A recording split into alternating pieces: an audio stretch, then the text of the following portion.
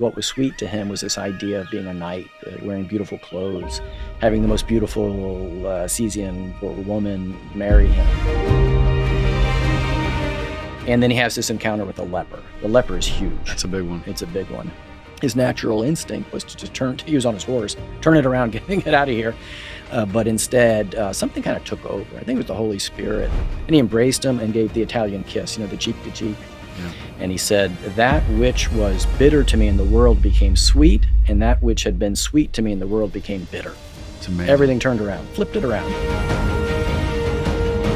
There's a lot of biographies of Francis. There was a historical critical method that kind of did away with a lot of the miracles, did away with his spirituality, and turned him into an environmentalist. But you did something very unique here. You went to the original sources, 3 or 4 primary sources.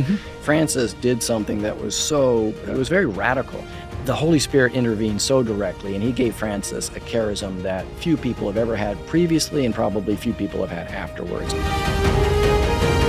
You can't not conclude that Francis was guided by the Holy Spirit. I mean, it's almost like the early days of the church when you read what was happening. He didn't want to have anything material. He didn't want to be attached to anything material. But it wasn't that he just pushed everything else aside. It was that God replaced all that with something that was so much better and so much more fulfilling and joyful, and it lit up his heart.